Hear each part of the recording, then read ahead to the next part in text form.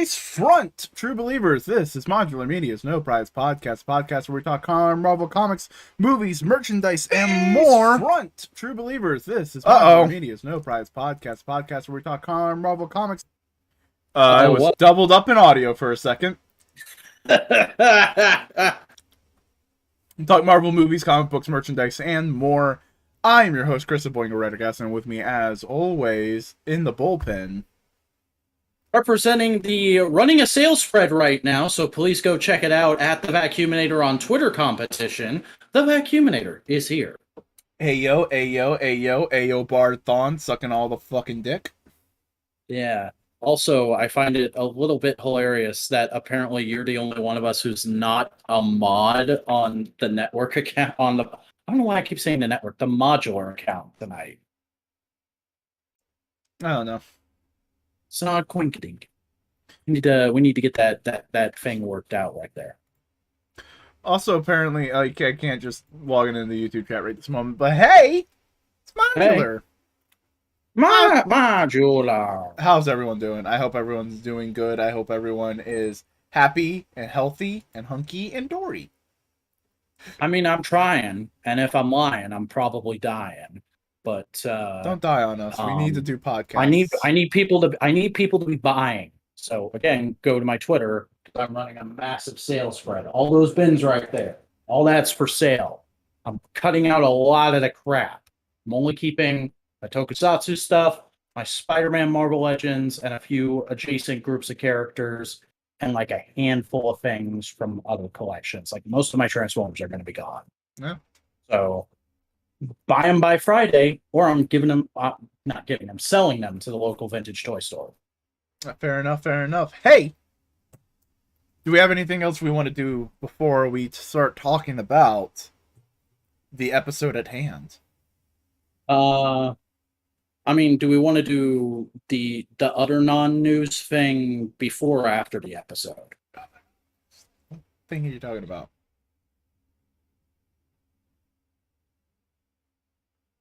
Show your plastic. I did actually get something this week because I had pre-ordered these just before my financial woes had come up, and I'm going to keep them because it's a great 2-pack. This is probably the best domestic Spider-Man there's ever been. I absolutely love the colors. The sculpting is just on point. The toe articulation is not as great as I thought it was going to be. It's a little loose, little partsy looking to me, and I've never been able to get him to actually balance on his toes, but it's not the worst thing in the world. It's a fine addition, and MJ's no slouch either. This is a really solid figure, but I do agree with everybody else who was saying, like, wow, this is really putting an emphasis on the fact that female Marvel Legends really need that mid-torso articulate, or that lower torso articulation that most males have now, and most females in other Hasbro lines have these days. Like all the female Power Rangers in the Lightning Collection have it. So let's get on that. Let's get some more acrobatic poses for our Spidey ladies, please. Yeah. But hey, we have television shows to talk about. Plural? Did one. I forget to watch the thing? No. Okay. She-Hulk, episode 6. Just Jen. This one was very interesting for me because all the way through, I kept getting really mad at the episode, and I couldn't figure out why until an hour later when I realized, like, oh, I wasn't mad at the episode. It was a good episode. I just really fucking hate weddings. Like, I'm one of those people. Yeah, and that's the whole point of this, is just the annoyance of having to deal with another person's fucking wedding. Yeah, it's all cringe comedy based upon Jen being the put-upon bridesmaid, which it works on a comedic level. But for me, the whole time I'm just sitting there going, like, I would just get in my car and leave. I would just get in my car and leave after that. But Jen's do it after that. But Jen's a nice person, Zach. Yeah, good for her. And it goes through the whole things of like, I just wanted to show that I'm doing good. but I can't because it's someone else's special day. And like the But also, I have nothing in common with anyone here because most of these people peaked in high school. Yep, but they're still filthy rich because of fucking dumbass reasons. Like the part when the bride tries to ask her what's going on in her life, and she just looks vacantly and is like, "No, I meant, are you dating anyone?" I was like, "Oh, I think everybody's felt that at some point." Yeah, it's like I have all these accomplishments and I'm really proud of myself. Yeah, but are you having sex? A lot of fun bits with that. She was great in it. Titania shows up just to fuck with her. Yeah, I feel like we're on the road to like their friendship in the current comic. You know, it's fine, sure. Because like there's a brief moment where Jen is like, "You don't have to be here. What are you doing here?" And Titania kind of basically says in not so many words that she's just really jealous of Jen and she might actually enjoy having a nemesis. Yeah. It just so happens that she turns into the villain. Mm-hmm. But that's all the A plot, which is just shenanigans. Yeah. It's a very shenanigans heavy episode. Because the B plot is largely shenanigans too, but there's a little bit extra. Shenanigans also involving legitimately something kind of important in terms of X-Men shit. Yeah, and also in a fun way, they brought in an actual John Byrne created character. Yeah. So in this whole thing, all the while, Jen's lawyer nemesis kind of friend, burgeoning person, is working with Jen's paralegal on a super case involving Mr. Immortal, who is pretty different from the comic incarnation as I understand it. They basically took the powers and some of the personality and just ramped it up to be kind of a dickhead. Yeah. They weren't gonna do Great Lakes Avengers, which I'm a little sad about, but sure, whatever. But also, like, he's a dickhead, but never in like a fuck this guy kind of way, and just like a guy, come on, think about this for 2 seconds. Fix your shit. Which, you know what? That could work for Great Lakes Avengers. It's just a team of like dudes, fix your shit. Yeah. For people who are unaware, Mr. Immortal is a Marvel Comics book character created for the Great Lakes Avengers, which is literally... he debuted in West Coast Avengers. Yeah, he debuted in West Coast Avengers, but that's where he's most known for, Great Lakes Avengers, which is literally Marvel's self-parody of the Avengers. Yeah. It's all just shitty superheroes trying to be superheroes and failing. Fun fact, it's also Gwenpool's dream to join a reformed version of that team. Yeah, like, members of the team have included Mr. Immortal, Big Bertha, not Big Bertha, what's her name? She's a woman who can control the fat content in her body. That's her power. I do not know this character. There's like a bunch of other characters. Squirrel Girl has been a member of the team. That tracks. Deadpool has been a member of the team. But when he was a member of the team, he held the team hostage. As you like. But ultimately, Mr. Immortal is a being that is considered Homo Supreme, which is one step above Homo Superior. So he's like a super mutant. He's a super mutant, and he's literally the universe's backup plan. What? Okay.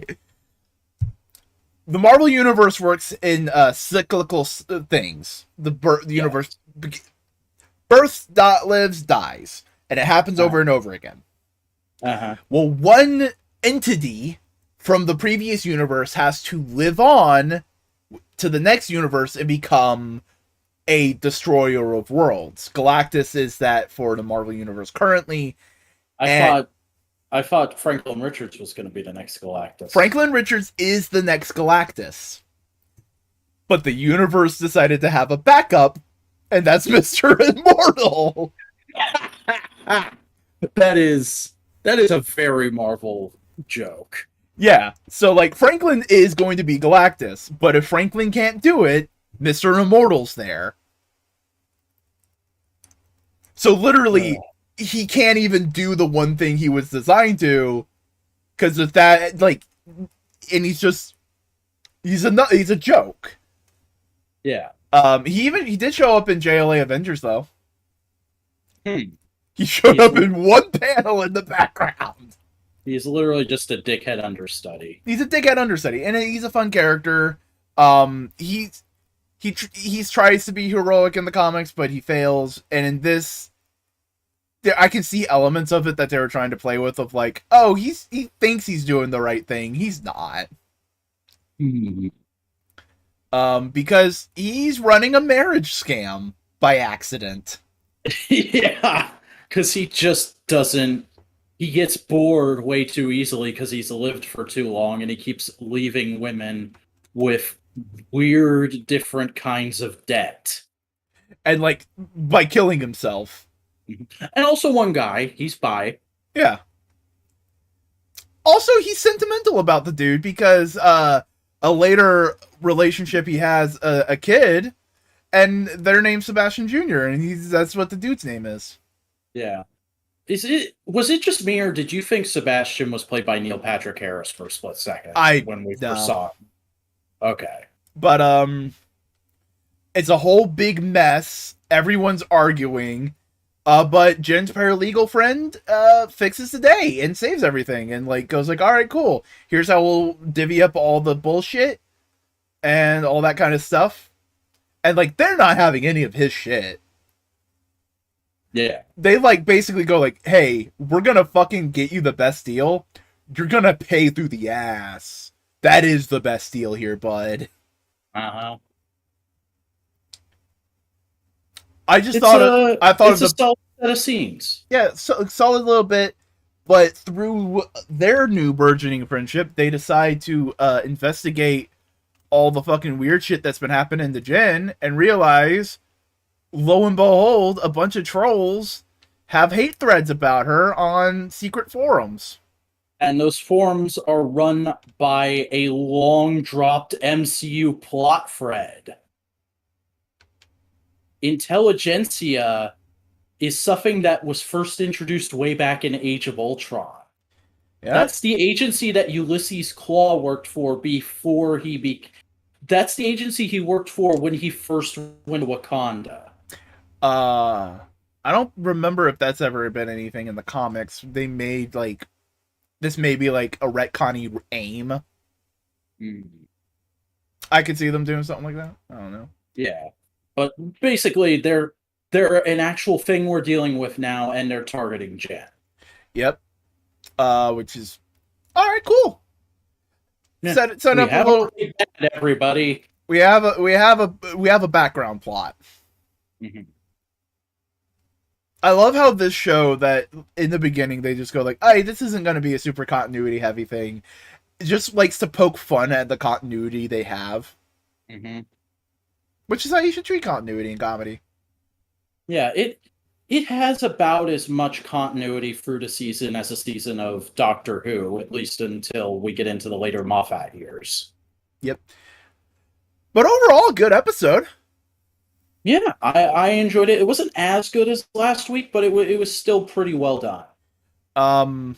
I do enjoy the meta gag of like, oh, you thought you were going to see Daredevil? Lol, surprise. Weddings never come when you want them to. Yeah. Like, initially, I was starting the episode up going like, all right, where's Matt? Where's Matt? Where's Matt? And then as soon as she did that, I was like, all right, I'm not even mad, because at least you addressed it. Yeah. Which is fun. It's cute. The fucking weirdos on the internet who just are seeing this plot development of like, oh, they're giving death threats to Jen, it's weirdo virtue signaling. It's just like, are we the baddies? Yeah, like they don't even recognize it in that way. It's just like, oh, they can't handle our totally invalid and dumb criticisms that aren't even criticisms, just us being man babies. So they're in the wrong because they're attacking us. Because people can't deal with political commentary when it's about them. Yeah. Hey, good episode. Good things seems to be happening Or, I'm overall. sorry, this is more social commentary. Social commentary. Yeah. Yeah. Still, She-Hulk been pretty solid. It's been aiming for exactly what it needed to be and nailing it every time. yeah, it's not going to change the world, but it's a goofy, fun comedy that's playing with the established MCU rules and continuity and stuff, and it's been fun so far. Yeah. It's good shit. Good shit. Guess what's also good shit? The news. We got news, everybody.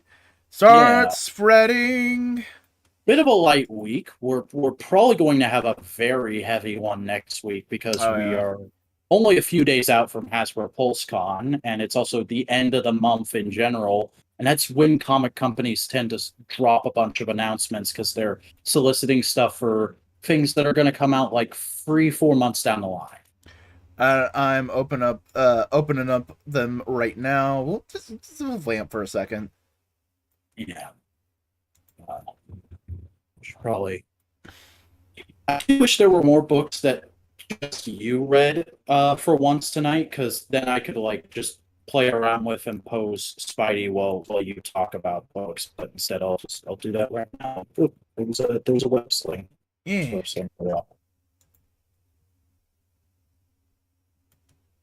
I got like about should I try and do the whole thing? Yeah, I'm gonna try and get all of the links open, because hey, there's only like a page and a couple. Mm-hmm. But everybody, I hope you're doing good. And in the meantime, I hope you do evil. Here at Modular Media, we support the concept of being gay and doing crimes. Yep. Hey, guess what? Wakanda Forever is a movie. Yep, and New Empire has some magazine covers. Yeah, we got. There's going to be a full feature on the movie, as there tends to be with big Marvel projects in Empire, and so we're getting some like really nice, clean screen grabs from the movie. First and foremost, this cover, which showcases Angela Bassett, Loretta Wright, and I forget the name of the guy who's playing Namor. But that headdress. Yeah. It's very Mesoamerican. Mm-hmm. Nice. It's cool. I like it. I'll open up the. We'll get to the other ones in just a moment. Yeah, there's 2 other screen grabs that have been released from this. And they all feature Shuri in some way. So very clearly, Shuri is going to be the main character of this movie. Mm-hmm. How are we feeling about that hairstyle? I've been wanting to ask you that for a while. It's not bad, and I just been Hale. So if you would like to vamp for the audience, real second. Yeah, it doesn't look terrible. It's just one of those things that like that is a bit much, and if it were in any other film, I don't think it would work. Oh God, what else could I do? I guess I could pop on the unmasked heads and show you guys that for a second. This is the good thing about having new toys. You have easy vampage. So let me get this going.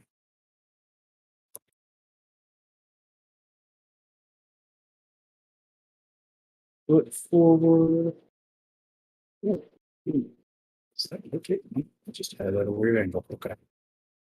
So there's MJ without her mask. Really happy that they included unmasked heads for both of them, because I have seen and I have taken some really cute photos of the 2 of them just hanging out, being a cute superhero couple, which I think is all any of us want to see these days. Not just with Spider-Man, but with superheroes in general. Just let couples, let superheroes have happy romantic relationships, possibly involving other superheroes that are maybe a little bit derivative of them. And hey, there's Peter. And I'll probably speak on that concept a little more later tonight because this month's issue of Flash, it's good shit. See if I can get kind of a little bit more of like a romantic duo pose going here. Where is my other calm open hand? There we go. My wall crawling hand. It's the official term for this kind of hand sculpt. Oh, this is thrilling content. All four of you must be enjoying this, I hope. All two of you, though, because I think at least two of the people watching are me and Boingo having it open on our other monitors. Because it's easy to read the chat that way. You don't have to wait for it to show up in the video feed. Oh, yeah. I did have one minor QC issue with this pack. A lot of people were talking about like getting weird kind of misprints on the web lines on Peter's costume, or like somebody said that the back spider on their Peter was missing the legs on the butterfly joints. I don't have any of those, though. Weirdly, a bit of white paint from Spinneret got on my Peter's lower torso, and I don't know if you're okay. You can kind of see it there, and like it was much bigger than that out of the box. That's what it looks like after I scraped most of it off with a box cutter. Very minor, and you can kind of hide it with the torso articulation, like there in just kind of like a regular calm standing there stance. You can't see it at all with there because it's just barely being covered up by the joint. But was annoying. You shouldn't. I'm not as mad about QC issues as most people have been lately with Legends, because QC issues have always been a thing with Legends for me. There's always just like some minor little thing that I'm like, that's probably not supposed to be that way, but I can deal with it. But I do agree with the sentiment of, hey, if you're gonna be paying a bunch of money for these toys, they should be pretty much perfect right out of the box. Like I get why people feel that way. Yeah, they are solid figures, Kelvin. And I'm going to try and get a nice kind of embrace pose going on here. The weird thing about double joints, double elbows on a female figure is it does allow you to do more acrobatic stances, but it's a little harder to manipulate than what I'm used to. Like it's like I'm having to relearn the skill of posing a female figure's arms. Luckily G.I. Joe did give me a little bit of training for that though, because Classified, I think it's only Lady J has double elbows, but she's great. And there we go. There's your happy renew your vows couple. I'm probably not going to display them like that, but it's nice to know that you can do something like that. I really, really appreciate how that looks. And I mean, like, if you already have 50 Peter Parker Spider-Mans, you pose this one like that, and have your other ones doing very acrobatic things. But for me, this is actually going to be my be-all, end-all Spider-Man for the time being. I would love to get one of the import ones, like the Mafex or the Sentinel Peter B. Parker, but that's just a little too rich for my blood these days. So maybe one day in the future. But for now, this is very good. I'm very happy with my purchase, and it's probably going to be the last Marvel Legends I get till Galactus, and probably going to be my last Marvel Legends, and that'll probably be my last Marvel Legends for a while, unless I can find Toei Spider-Man on shelves. I would love to get Toei Spider-Man, but I'm not banking on it because I think everybody would love to get Toei Spider-Man. He's a fan channel, so you're only going to find him at like your comic shops and your vintage toy stores. Or at show, or at conventions. That's a possibility. This is like the longest Boingo's ever taken a piss. Normally, Boing goes like right back.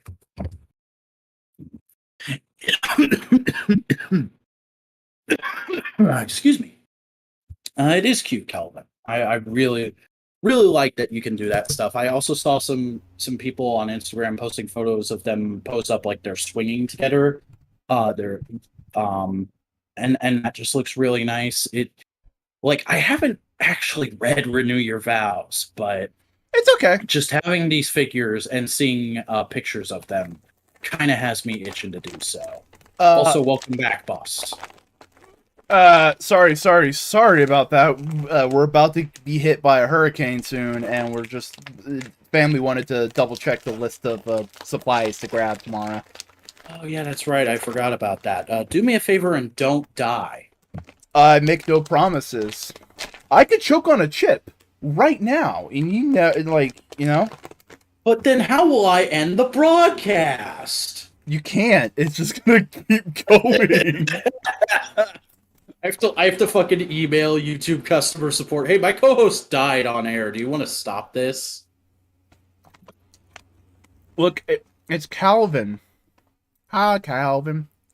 Oh, is it pronounced Calvin? I've been pronouncing it Kelvin. My apologies. I'm just saying it weird. Mm. But you're also not. I just can't call you the name I normally call you.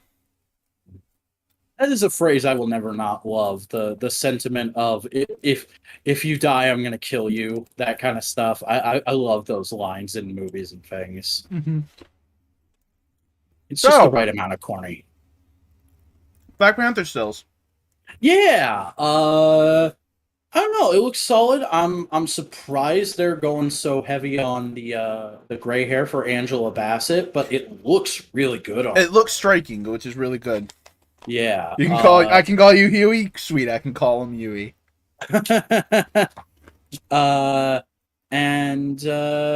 looks like Shuri's thinking about some shit. I don't know, maybe how to help a friend maybe design a suit or something like that. I don't know. Yeah. Maybe we'll talk about that more later. But hey, we got the final runtime for Werewolf by Night. It's about an hour, which I think is what we all predicted when we got the trailer. I think that's what everybody wanted, but then we're like, maybe it might be 45 minutes, which might. Yeah. What, an hour? No, it's a special presentation, which means we don't have exactly enough content to call it a movie. So about an hour. You know what? I'm fucking happy with that being a fucking thing for the MCU. Mm-hmm. I think they could stand to do some more of these, kind of like how they used to have the one-shots. Because, like, you're never going to make a Howard the Duck movie. You're not going to make a Howard the Duck TV show. But a Howard the Duck special presentation inspired by the Chip Zdarsky where he and run? Cosmos, like, solve a mystery together. Yeah. Yeah, that'd be fun. I'd be into that. You just want you want to show something more of like a cool, fun background character. Mm-hmm. There you go. It's a good idea, Marvel. I'm glad you did it. Yeah. Here's a day in the life of Jimmy Woo. Day in the life of Jimmy Woo. Or like, hey, are you gonna bring back Ned and do the whole Hobgoblin thing? You could do something there. That would be amazing. An entire Ned special presentation and Peter never shows up because Tom Holland's too expensive. Yeah. He's always on the phone. Hey, what's up? That wouldn't work today, but you know what I mean. Yeah. Oh! Justin Hammer. Yes. Did you hear that actor recently said he's open to coming back for like Armor Wars or something if they want him? I think he's always been interested in coming back. It's just timeline hasn't worked for him all. Yeah. It's just like recently he said that again, and now people are like, "Oh, is he going to be in Armor Wars? Is he going to?" And I'm like, I hope so. I love MCU Justin Hammer. But I can just see him like the whole thing is him trying to find a pilot for his new armor, and you just like make it a fun joke about all the Iron Man villains that no one gives a shit about. Yeah, that's how we get MCU Titanium Man. Hey, guess what? DC announces a new Harley Quinn creative team. And it's somebody who we're very familiar with. Teenie Howard is taking over writing duties on Harley Quinn, and the current artist is staying on. How do you feel about this? Stephanie Phillips. So I haven't actually read a Harley Quinn solo book since like the first couple issues of the one that was like that started midway through the New 52. I don't know. Harley is one of those characters where, like, I get what they want to do with her. I don't know if I agree with it, but it can work at times. And Teenie Howard is a good ass writer. So I kind of want to give this a shot. Against my better judgment, I may pick up the first issue of this, which is going to be Harley Quinn number 28 in March of next year. Nice. Hey, here's a question for you. Yeah.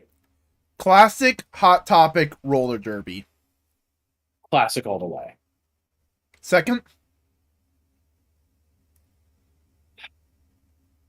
I mean, I don't really like either of the other two as a look, but if I had to pick one of them, it would be roller derby. Fair enough. I think if you mix classic and roller derby, you'd have something to make most people somewhat happy. Yeah, I mean, the look on, I don't know if this image is meant to be the cover of his first issue or what, but if that's the look they're going for her in the book, it's not bad. Because There's certainly been worse ones. Because it looks like it's one part like the classic and one part the roller derby. Mm-hmm. That was one thing that I really liked about that New 52 run, which was Jimmy Palmiotti and Amanda Connor project.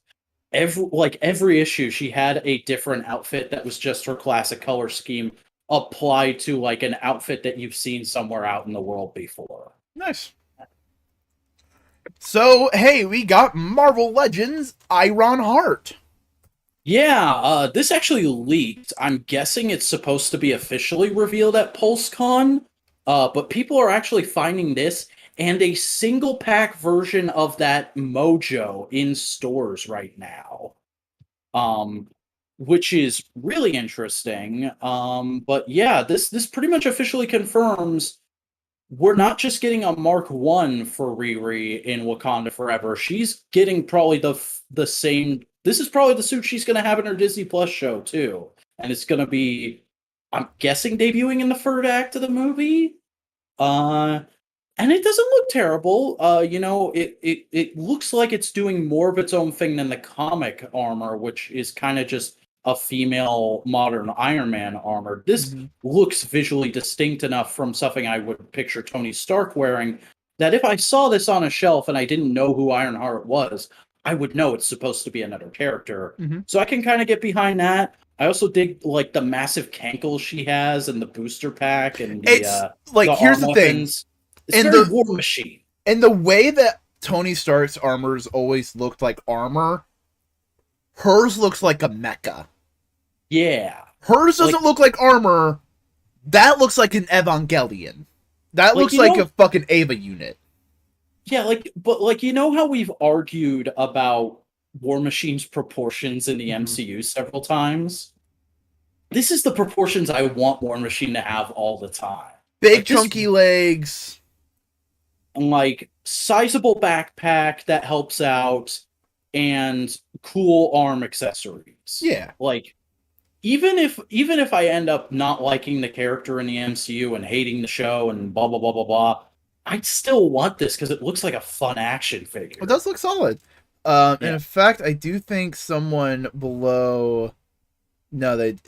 Yeah, Huey seems to be into it. This is the current look for Ironheart in the comics. I'm waiting for it to come up on the stream. Yeah, that's fair enough. It does look a little Deadpool. Yeah, I forgot about that. They debuted that just like a year or two ago, I think, and I have seen that before. It's not the worst suit design I've ever seen, but like it's not going to be in my favorite list anytime soon. I can understand where you're coming from, that Buster. Here's the thing: I think they're doing. I think she has the eyes. Hmm. The Spider-Man Deadpool eyes, where it's like, whoop, whoop. What if her entire like faceplate is like a video screen and she's just narrowing it down to eyes because that looks cooler or something? Maybe. Who knows? I don't mind that look on armors and mech. I think that looks cool sometimes. Yeah. Don't overdo it, but sometimes it's neat. But yeah, no, solid looking figure. And as we had kind of guessed from seeing the kitty toys, decent design for her first armor in the, or maybe second armor in the MCU. We still don't know for sure how many armors she's supposed to have in Wakanda forever. Rangers together, Wakanda forever. Oh god. Aki, how long have you been saving that one? But hey, they revealed what one of the stretch goal figures for the Ghost Rider Engine of Vengeance HasLab is going to be, and it's Mephisto. What a wild week it has been for this thing. A very long time. Yeah, I figured. Because like the reveal happened and everybody was generally positive, though, going like that is a steep price, but hopefully the stretch goals are cool. And then they revealed this, and all I saw for 2 straight days on toy social media was people posting pictures of this and going, this looks lazy, this looks like they're reusing parts. Look at this figure Todd just put out for Black Adam. You could just fudge that in as a Mephisto. You don't need this thing. Why are they doing this figure as part of a HasLab when they could just shove it into a wave? Because this is the traditional Mephisto. It's a completely original sculpt. It's going to be 7 inches tall. We don't have any like exactly 7-inch tall legends yet. Like this is supposed to be a bigger demonic guy, and he's a fucking devil looking man. They've never outright said this, but Hasbro teams have sort of hinted many times over the last few years there's certain things that because of Disney they just can't do at retail anymore, like Slave Leia, like calling Boba Fett's starship its actual name, like fucking demons in the superhero line. Like Blackheart. They can do Blackheart all the time because he's a monster. But I think Blackheart is also going to be a stretch goal in this campaign. Oh yeah, sure. But like, I'm just saying, Mephisto's hard to do, and this isn't even like super traditional Mephisto. It's a good looking Mephisto. I like it better than the I actually like it better than the Toy Biz one, which people were going like, oh, I'm fine with my Toy Biz one. I don't have a Toy Biz one, so I would want this. Though again, I'm not backing this HasLab because I'm not a huge Ghost Rider guy, and I kind of need money for other things right now. Hence, hey, you have to fucking check out my sales spread. So like all the discourse and strife over this thing, and then we get to Friday, which, if you don't know, was the cutoff for the early bird special, where if the campaign had fully funded by Friday, then they would also be giving us an additional human Robbie Reyes figure. Didn't happen. We didn't get there. We got to about 6,000 backers, and they weren't able to do it. And the team was like, "That sucks, but we still really believe in this product. We still think it's a really good project, and we hope you'll continue backing it." It's now down to 4,500. A lot of people withdrew their backing because they didn't get the early bird special. But like, guys, we went over this last week. It's a really solid opening package, and now we know if we get it to 2,000 more backers than the base funding goal, we're going to get this really cool Mephisto. And that's probably going to keep going. They said there's 4 stretch goals that are all 6-inch figures that can tie back into this. If we're getting Mephisto, we're probably getting Blackheart.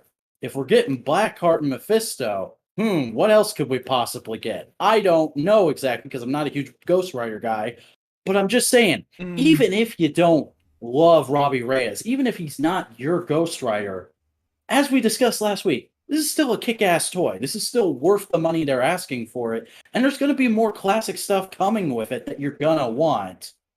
So I don't understand this constant discussion surrounding this campaign of, is it worth the money? Oh God, I don't want to have to pay for this thing I only kind of think is cool for this thing that I've wanted all these years with Marvel Legends. Like, guys, we've been through this before. It's a capitalist society. You have to pay in money to get the things that you want. If you want this thing, if you want that Mephisto, back this HasLab. If you don't, shut the fuck up. Buster, here's the thing. The Hell Charger is probably one of the most hype things Marvel has created in the last 10 years. There's also just the fact that, like, there was no other way they could do a HasLab. They could do the Hell Charger. It's too big for them to fit on store shelves these days. The only other way I can see them making it is, like, straight up making it a model kit. Mm-hmm. And even then, if they made it a model kit, how many whiny ass babies will go like, I have to put it together? Gross. Yeah, you are a baby. You're a big baby. Casual or wide appeal as other characters? Yeah, HasLab isn't made for casual and wide appeal. It's a fucking flaming skull man driving a Dodge Charger. I think anybody who saw that would go, that's cool. I want that. But hey, the current backers, though, is at 5,664. Okay, so it has jumped back up since this afternoon, because it was down to 4,500. I want to say at like 3 o'clock this afternoon. And hey, here's the thing. They've already done the sculpting for the early bird human Robbie. They can always do them later. Yeah, they could always put him in like a wave down the line. Either way. Yeah, it's cool. If I had the money, I'd be getting them, but I don't have the money. Yeah. Here's hoping that this goes more positively so far going forward, and that the rest of the stretch goals are a lot less controversial, and that this thing actually funds. Even though I'm not getting this thing, I want this thing to fund because it's a cool looking toy, and I want as many cool looking toys as possible to exist in the world. Yep. Hey, we got the PulseCon schedule. Pre-show day 1, Transformers. So day 1 is Transformers, Power Rangers, starting lineup. Fortnite, Marvel Legends, Pulse Premium Early Access, and whatnot. And the next day, G.I. Joe, Avalon Hill, Magic the Gathering, Indiana Jones, and Star Wars. Marvel closing out the first day. That's a very interesting orientation, and they're also looks like they're getting a full hour. Mm-hmm. So I think we might see like a wave or two revealed. I think we might see a box set revealed. We might see a box set. We might see some stuff. Also, hey, cool to see Power Rangers starting lineup. Also, Power Rangers getting 45 minutes. Yeah, though it's probably not going to be 45 minutes straight of product reveals like I would expect the Marvel Legends panel to be, because they've announced a ton of guests. The Dino Fury cast is going to be there, and they're going to be getting interviewed by Black Nerd again. Ryan Parrott and Melissa Flores are going to be there to discuss things that are coming up in the comics. But if you're in the Power Rangers fandom, you know there's stuff, and they're probably going to discuss extensively as far as an actual product, not reveal, but discussion and giving you the details on it, because there's a big blue mecha that I want to buy, and it's just, But yeah, and the next day, a bunch of things that are going to be interesting, and so on and so forth. Yeah, I will recap the Marvel portion here, and I will probably annoyingly recap the rest of it on components. Yep. I'm trying to think of anything other that needs to be mentioned over with all this kind of stuff. I don't know. Are you going to actually tune in? Because Buster and I were thinking of doing a call. Yeah, they're doing an Indiana Jones toy line because that new movie's happening. Though they're probably gonna do it like the Ghostbusters toy line, where the first couple waves are based off of the original movies. Yeah. Um. God, what I wouldn't Boy, give I for a can't. fucking Indiana Jones Shia LaBeouf figure. Oh yeah. I can't wait to see certain corners of the internet freak out about the fucking whatever happens at the Magic, because Magic has been doing a lot of things to piss off They its got fan Ma- base. they got Matthew Lillard at last year's PulseCon to promote Magic. It was weird. Weird. Hey, Mafex is doing a Spider-Man and Iron Man in-game toy. Hello, look at that. They're two different toys. Yeah, the Spider-Man is actually Far From Home. It's Mhm. I believe it's officially called the Upgrade Suit.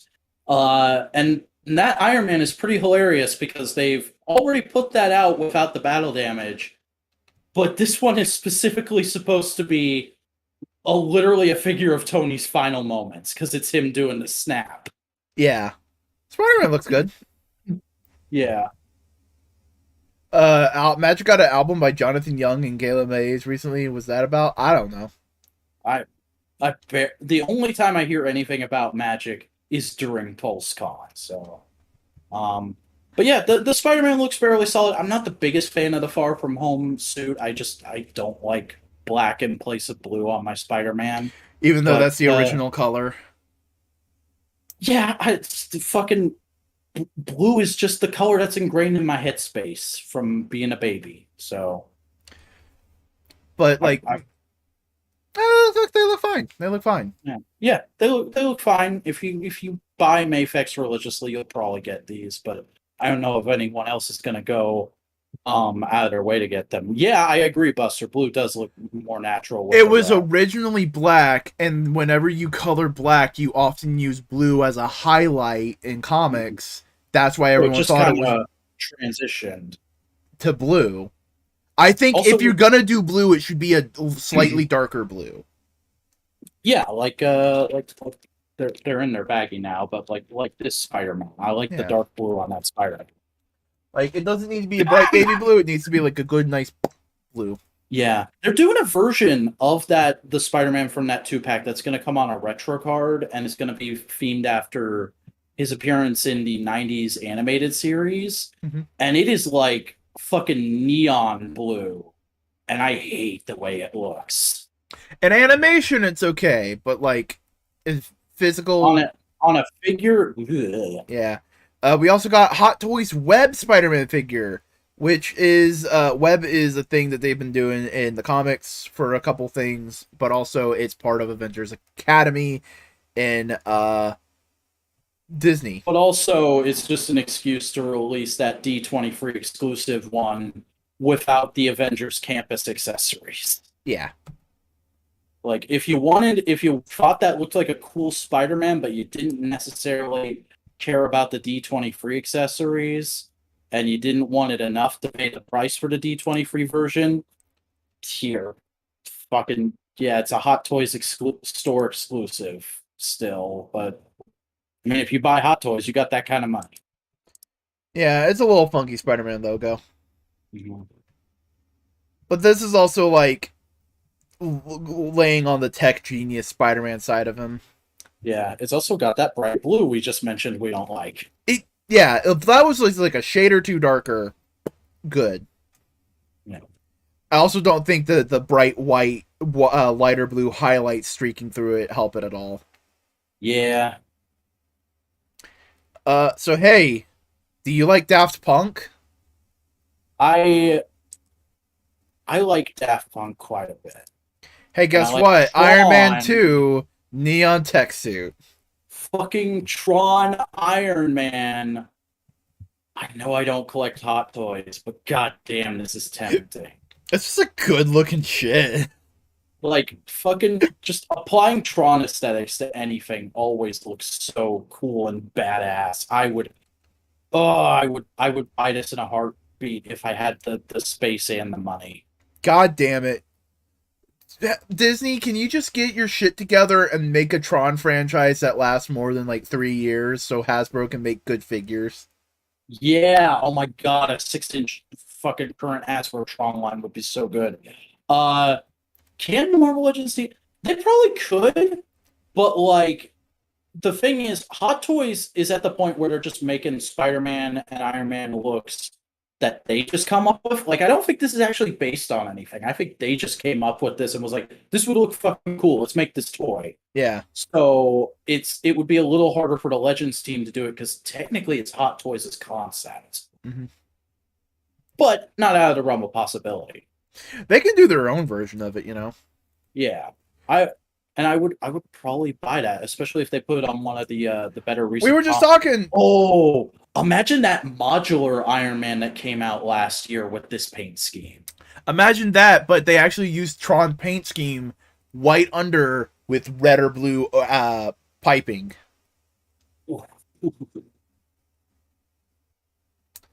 Hey, from really good shit to this shit. Dark Flash. I have no idea who this character is or what they're about. Also, this has apparently been being spotted on pegs for like a month now.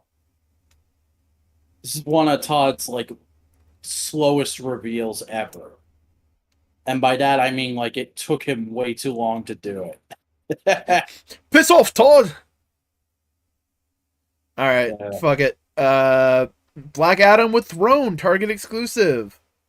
This is literally just the Black Adam he already released, but now you get a chair. It's a nice looking chair. From the trailer.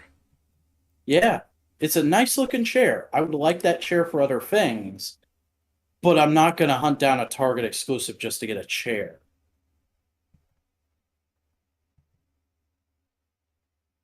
Jesus Christ, that comic rendition of The Rock. Oh my god, that's the thing they're trying to do, the pose with the figure. That's the pose they're trying to do. It's almost like these figures have bad, outdated articulation. Yeah. Comedic quip about WB. Yeah. Kid Flash Rebirth, which, hey, you know what? People like this character. This is actually cool, because like this is an evergreen look that people actually know and like. And yeah, I'm happy they're doing it. Even though this isn't my Kid Flash, this isn't my Wally West, there's a lot of people who it is theirs, and he deserves to get a figure because of that. So I'm glad it's happening, and it came pretty quickly on the heels of them doing that weird death metal version that was revealed like a week or two ago. And this is clearly using a lot of parts from that. So hey, what the fuck is Gold labeled? That means it's exclusive to Walmart. Yeah, or it's some kind of exclusive. It's exclusive. Yeah. But and hey, it does look like it can actually get into a pretty decent running pose. Yeah. You'll definitely need a stand for it, but yeah. Yeah.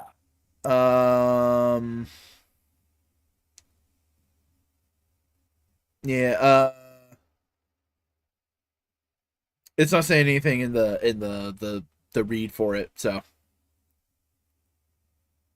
Really likes its labels? They do like their labels. Hey, guess what? Sam and Twitch. The first announcement from this Spawn universe line that I'm actually really excited for. Because the only Spawn comic I've actually sat down and read is the first run of Sam and Twitch. And it's actually really good. Would you like to explain Sam and Twitch for people who do not know anything about Spawn?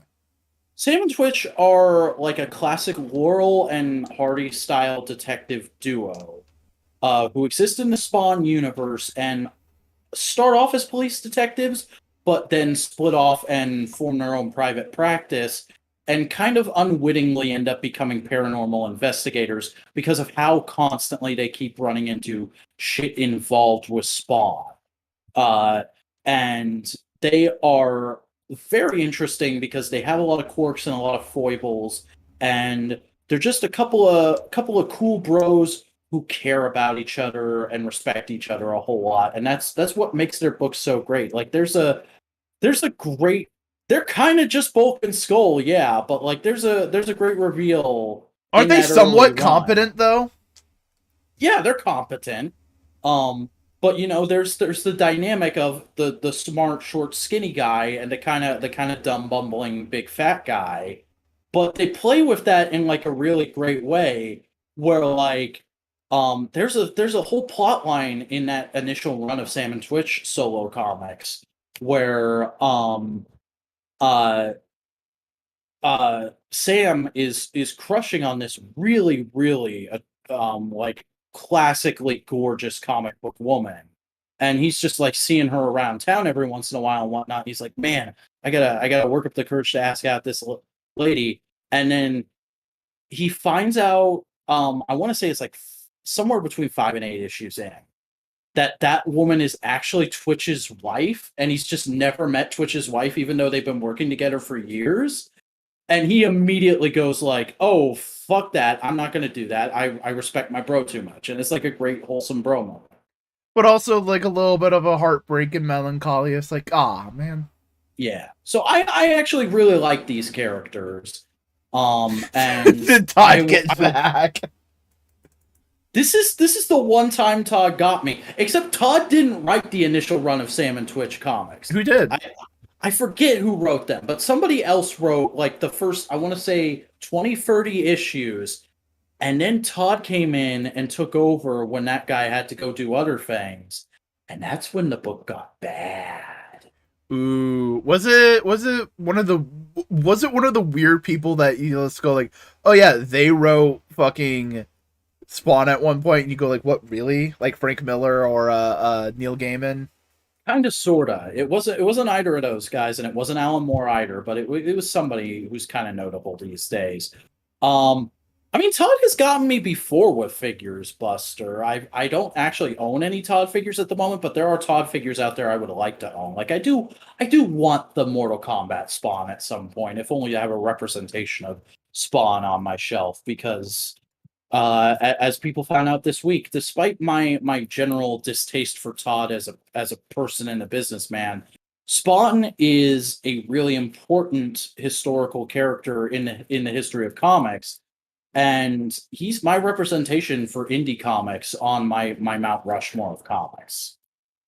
But that's all the news. Hey, you ready to move on to comics? Yeah, I understand there's a lot. Oh, there's not that many. There's 14 books we got to talk about. Okay, 14 stories, give or take. First up, though, Exterminators. This book fucking rocks. This is just moves a mile a minute, riot girl fucking punk book. Mm-hmm. Finally giving me that delicious boom boom content I've been craving since the second arc of New Mutants. Oh yeah, and everyone's a fucking disaster. It's great. Dude, I legitimately, like, that's the reason I sent it around to everybody. I legitimately laughed out loud when you get to the third page and fucking Dazzler calls up Jubilee and is like, "Hey, what are you doing right now?" And Jubilee just goes, "My fucking best, okay?" And you see that Jubilee's just sitting in her underwear eating candy. And Dazzler's just like, "That's not what I meant." Mm-hmm. Oh, sorry. Yeah, it's a good like friend moment. Yeah. And also, I think it's not an unsafe bet to say that the last page reveal of the next issue is going to be that Arcade's behind this shit. Yep. Because the base premise is Dazzler wants to have a girls' night out because she broke up with her boyfriend. They get drugged, reveals the boyfriend was a vampire. Oh shit. And they wake up in wacky scenarios. Yeah. It's good. It's fun. It's just like fun, crazy bullshit with pretty lady characters, which at the end of the day, I think is what all of our base monkey brains want. Yeah. They also swear a lot. Yeah. Yeah, like Jubilee's just strapped to a car, the brakes are fucking cut, and the gas pedal's glued down. And she keeps going, and she keeps saying, like, God damn it, I can't stop this fucking thing. And meanwhile, Boom Boom, in what was in the book described as Barbie if she was a sex addict, which she acknowledges. This ridiculously slutty-looking sundress. Yeah. Because she thought they were going to be having fucking fun at a club and they were picking up fucking people. But no, they're at a dive bar to do karaoke. Is on the middle of a raft in a swamp fighting things. She shows up. Gators. She shows up covered in blood and jumps in Jubilee's car. It's just fucking like, what the fuck is happening? Mm-hmm. And the last page reveal is just Wolverine is also here. Oh, man. It's just good. It's good. It's good, fun, goofy shit. And, like, I'm legitimately excited, and I don't feel cheated by that last page reveal, because, like, I want to see what Laura brings to this dynamic, because I generally think of Laura as being a more together person than any of these girls. Sounds like a Don Brothers episode. It kind of does, doesn't it? Damn. Especially because, like, in terms of, like, powers, Dazzler's light, Jubilee's light, Boom Boom's kind of light, she's explosions. Mm-hmm. And then you have Laura there just being like, I cut things real good. I specialize in stabbing. I have many knives and stabbing objects. Yep. Here's the thing. They're all big, bright, bouncy characters. Laura's there to just go like, can you guys shut up for like 5 seconds? We need to solve the problem. Mm-hmm. Laura is like not the team mom, but the team older sister of just like, God damn it, I would really rather be doing this by myself than with my younger siblings, but I'll fucking get through it. Not so straight woman. I think Laura's straight, actually. Is she? Yeah. I don't know if she's ever dateable. I don't think they've ever said she's bi in the comics. Yeah. And I think she has dated several men. Mm-hmm. She was dating Angel for a while. Yeah. I mean, Wolverine's son is bi, so. Yeah. Which, by the way, like, I never read those books. I do want to read them because they were written by Tom Taylor, but, like, that just in concept really kind of squicks me out because I'm like, he should be at least, like, 10, 15 years older than her. Yeah. Hey, we both read Vanish by Donny Cates and Ryan Stegman. The superstar team that basically completely revitalized Venom are here to go, hey, isn't Harry Potter fucking stupid and aren't superheroes fucking awesome? No, it's not even superheroes are awesome.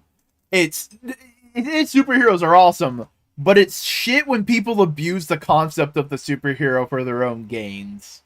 Yeah. Like there is a metatextual thing there about like I don't know, potentially maybe the guy who made Glory? Yeah, maybe. But like it's more so just like, yo, after the chosen one beats the big bad dark lord in like a Harry Potter-esque story, what the fuck happens to that guy for the rest of his life? What becomes of him? Buster, I mean this in the best fucking way possible. You are correct. Yeah, it's very much like this is written for your inner 15-year-old. This is written for your edgy 15-year-old in your soul. Because the answer is, well, he marries the love interest, but then he just becomes a worthless drunk until one day the fucking henchmen show back up and he's like, oh shit, I didn't actually finish the job. I guess I better sober up and do something about that. And that's where we're left off at the end of the issue. But also, it's an immediate thing because it's just like, oh, all these drugs? Oh, guess what? I stole your magic ring, and it immediately makes me cognizant and sober and, like, ready to fucking go. Mm-hmm. It's also, his design is amazing. It looks wonderful. I don't know if I'm going to keep with it the whole way through, but this first issue was really fun and really interesting, and I want to read the next issue at the very least. Yeah. This, for lack of a better way of describing it, could easily slot in to, like, early Image. Oh, yeah. Like, this is like that. It's like that Savage Dragon, like, yo, what do you want to put on the page? Let's just fucking put it on the page. But it also couldn't have existed back then because that was before the Harry Potter craze. Yeah. Who's publishing? Oh, it's IDW. Not IDW, Image. It is Image, yeah. But, like, I'm saying, like, it could fit in this era. Mm-hmm. Like, it could fit in the 90s era of Image and not just today's era of Image. Yeah, you just have to retool it a little bit. Yeah. But, like, it's good. It's fun.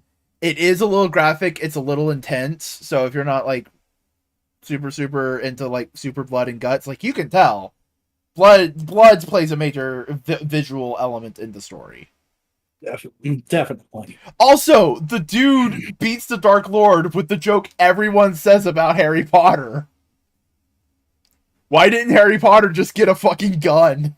Oh, yeah, that's right. I had to think about it for a second, but that was so fucking awesome. Because that's how he beats the evil bad guy when he's 14. It's like he goes to the human world, grabs a gun, comes back, and the evil lord is going like, none of your magic can beat me. And he just goes, fuck magic, bang.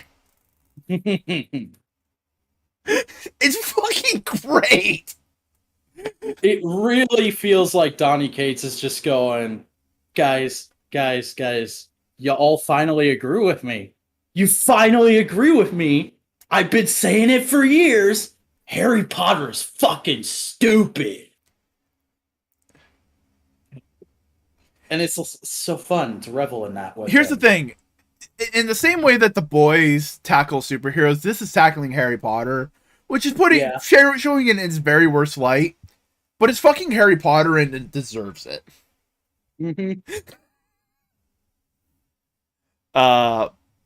It's good. It's good. Give it a read. God damn, the fucking indie books from our fucking favorite creators are just popping off right now. Yeah, it's almost like we have taste. Donny Cates doing this, Daniel Warren Johnson with Powerbomb. Chip Scott fucking Domain. Tom King, Love Everlasting. Mm-hmm. I need more issues of that to be published in physical. Damn it! Him saying trans rights would be amazing. just for the meta gag. We just find out that his wife is a trans woman at some point. Yeah. Oh man, good shit. We both read Strange, issue 6. I really enjoyed this issue. More than I have been enjoying this book. This has been really, really good. It's Wong basically doing research. Yeah, it feels kind of like an acknowledgement that people are more aware of and like Wong more than they ever have, but also at the same time going, this is comic Wong. Comic Wong is a very different thing than MCU Wong, and he's going to stay that different thing. But we're just gonna write about him a little more now. Yeah, because you see, so there is an interest. We can do more things with Wong and try explaining. Yeah. Because I like how in this issue he's basically just a magic Alfred. Yeah. Because ultimately that's kind of his attitude throughout the whole bookbuster. It's no bitches. Yeah. This is the vibe he gives off because he's just. I love the narration where he's just talking about like, oh yeah, my dad served the Sorcerer Supreme and his father before him, and we were all raised to believe you fucking die before your Sorcerer Supreme is because you're supposed to protect and help them. And he didn't do that. So what the fuck does he do with himself now? Like that's such an interesting thing to explore with this character. And he's just exploring where the fucking gang that they've been fighting for the past few issues came from. What's going on here? Where did it come from? And it's revealed that Jed McKay's pulling out fucking dead continuity that no one wanted to touch of S.H.I.E.L.D.'s Wand division, which was a real thing in comics. They had a magic division called Wand. And when S.H.I.E.L.D. fell, they turned to criminals. Because of course they did. It's just like, that's such a brilliant use of continuity. Mm-hmm. That's some Chip Zdarsky shit right there. That's some Zdarsky level things. It's also just a fun, like, change of pace. Yeah, like Wand, like magic users. W-A-N-D, like how S.H.I.E.L.D. is an acronym. Oh yeah, lots of good magic this week. Yeah. Also, this whole book was framed like a neo-noir movie. Mm-hmm. Which is just beautiful. It's cool. This is a really good, like, this is very important for the ongoing story of this book, but if you just want, like, a solid comic book Wong story done in one, you do worse than just picking this up randomly. Also, we get some cool interactions with Wong and characters he doesn't normally talk to. Mm-hmm. Such as Jean Grey. Yeah. Which, for some reason, the X-Men subreddit were not fans of that interaction, going like, oh, Jean was too formal. She's matching Wong, who's a very formal person. It's also a business meeting. What the hell are you on about, guys? She's also, like, ostensibly a diplomat in her current role, so... Like, it's just like... That's also, like, because I haven't heard about this before, but that is a weird-ass nitpick to have. Yeah. Partially because Wong also brought up of the idea of, like, oh yeah, Clea's not a big fan of the metal you guys are using because it's, like, anti-magic. I didn't say, like, it's just, like, she's just not a big fan of it because of certain things. And she was like, that's unfortunate. And people were just going, like, fuck you, Clea! Let them have their anti-magic metal. And it's just like, guys, why are you... No, it's not a right or wrong. What the fuck are you on about, you dumb sons of bitches? Some people treat comic characterization like it's fucking politics. It's fucking weird. Either way, Strange, issue 6, good book. I read Jane Foster and the Mighty Thor. Hey, how was that? It's solid. Writing Wong. I'm gonna write your Wongs. Basically, it's they're in the dreamscape. Thor and Jane finally meet up. Thor is like Dream Thor and not like the physical Thor because that body's dying. So Dream Thor's kind of like running around trying to solve the problem, but he's younger, so he can't. The logo for this book always looked like that. I think for this one, yes. I have never noticed before, but I love that they designed the actual Thor name to look like Mjolnir. That's great. Yeah, good typography. Basically, Thor just goes like, hey, Jane, you're more than your cancer. You're more than all that stuff. You're just being put through a weird dream thing right now, and you're good. And Jane goes like, oh, shit, you're right. I am a weird dream nightmare. All right, cool. I'm clearing my head. Okay, we're good now. What's the problem? How do we solve this? And they turn to what looks like the daughter of Nightmare, the Marvel villain, and she goes, I need help. My dolls are hurting. And she holds up a doll of, like, Volstagg and, like, another character. So, yeah. It's a good little book. It's good. I like it. Yeah. We both read Public Domain issue 4. This issue was really solid. Like it's hard to like talk about this book a lot because it's just kind of plodding along doing its thing, and like there's no major revelations in any given issue except for like the previous one. But it's always good, it's always solid, and it's really cool just to see these characters play off each other and kind of come off more human than most comic book characters do. Well, it's also just because it's a family drama. It's a family drama about comic books, but it's a family drama. Mm-hmm. It's about one son who's a fuck up, another son who's a fuck up in a completely different way, and a dad who's trying to do his best with the principles he has set forth. Yeah. And I love that I love that the wife is very immediately just like, yeah, no, he went out for what he wanted and he got it, and I'm proud of him, and you fuckers should be too, damn it. And they're all in like, you see immediately what the dad's plan is at the end of like, guys, we're starting our own comic book company. Mhm. And it's just like, that is a good idea and a horrible idea, sir? Especially in the way he like says that he wants to do it, because there's this really interesting scene towards the end of the book where he's waiting for the sons to come to his house, and it's because he shows them the like most recent issue of the Domain comic, and it looks like a fucking 90s comic, and he's like, the scene treads such a like precarious line of like, it could come off as like the most angry boomer, roll your eyes and make you lose faith in the book kind of thing, but it feels so sincere and just like this guy really cares about his creation and wants to do what he can to save it kind of thing, that it's like, for once I actually hear a character who is an older person saying like, things have gotten way too violent and overly sexualized, In and the we need to comic. get back to the fun heart and core of things. And I'm actually like, yeah, man, you're kind of right. You should do that. Because you have the power to do that. It's not just old man yelling at cloud. And it's also about like the idea of like, what does he want to leave behind? He wants to leave behind something that he's proud of, and he's not proud of that.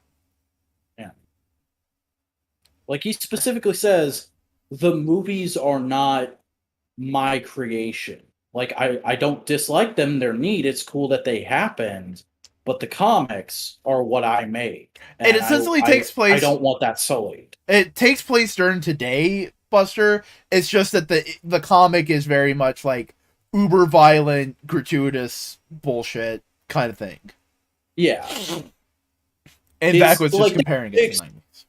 they don't explicitly say it takes place in 2022, but it's one of those like, it's very obviously current day, will probably still be readable as current day for the next 5-10 years. Yeah, until some like weird big technological shift that just changes how we fucking interact with the world. Like how you can't like now every movie in the night like going backwards from like 2006 backwards is immediately a period piece because they don't have a smartphone.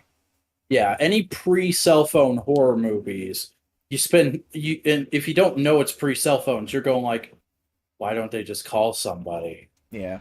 Do you think the characters will experiment with digital methods of comic distribution? I don't think that's going to be a major thing yet.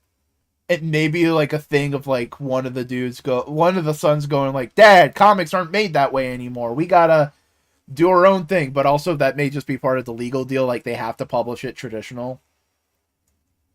You could also see like the assistant lady who comes back in the last couple pages saying like, no, we should move it online if we want it to be successful.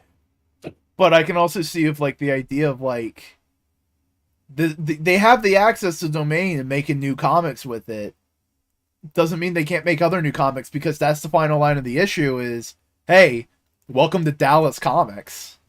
Mm-hmm. Sounds like he just wants to like he wants to plant the seed of his ideal of comics for the future. Yeah. So it's going to be interesting to see where this goes, because I think it's got like what, 2 free issues left? I'm not exactly sure. I haven't looked into it. I just when it comes to books like these, I just like to read them and not focus on when it's going to end. You know, I like to just like when it ends, it ends. Fair enough. Similar to how I read Birthright. That's a great indie fantasy book if you ever want to give it a try. It was published by Image Skybound. Yeah, I think you talked about it. But now they technically have 2 writers and 2 artists. I think that's how the book's gonna end. Hmm. The dad is going to work with the assistant making new Domain comics, and the brothers are going to make their own comic book. I could see that. Yeah, that would actually be kind of cool. See what they come up with. Because like that's the major like thing that the brothers are going through is like they are stuck in a place of like unfulfillment. They're in Arrested Development, and they are kind of like their relationship with their dad and their dad's creation is very complicated, and for them to basically become essentially fathers in their own right of making something like their dad did and understanding where he came from with that and learning to relate to their father in that way. Like the last scene of the book is after their book, like last scene of the whole story, if it gets more issues or whatnot, their book becomes successful and they're at the movies, and the gambling son just goes like, you know what, Dad, I think I understand now. Good. That's all I wanted. You know, that kind of thing. Yeah. Chip Zdarsky, I'm sorry if I just spoiled the end of your book. You would probably really enjoy it, Buster. You might not enjoy some of the character, but like all the time, because they're human, they're flawed. They can be dickheads. Yeah. But it's good. It's good. And you can tell the family loves each other, which is the best part. Mm-hmm. Like, they get frustrated at each other, but it's like, God... They feel more like a real family than any other family I've read in a comic. Yeah. They're good. It's good. Like, they feel as real to me as I imagine the FF did initially in the 60s. Mm-hmm. But yeah. Chip Zdarsky, Public Domain. Good book. You read Flash, number 786. Yeah, so this is continuing on with the Flash comics tying into everything that's happening in Dark Crisis. And this issue is ostensibly just the Flash family dealing with the army of villains that's going around the Earth Prime world and trying to contain as many of them as they can. I'm actually going to pull this issue up because there's a lot of great little moments in this. It's a serious book, but like there's just a lot of fun little wholesome moments in it that is very indicative of the feel you want from the Flash. And also just I appreciate how this is structured as a tie-in, because yes, it's tying into Dark Crisis. We're dealing with things from Dark Crisis, but it doesn't feel wholly devoted to that. It feels like this is the continuing adventures of the Flash family within the DC universe, and we're just in Dark Crisis right now, so we got to deal with that. Let's go fight this big army of villains.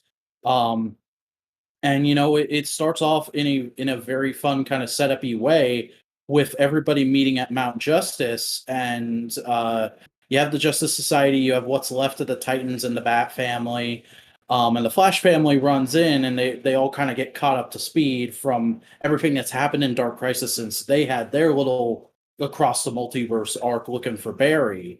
And there's a great moment where the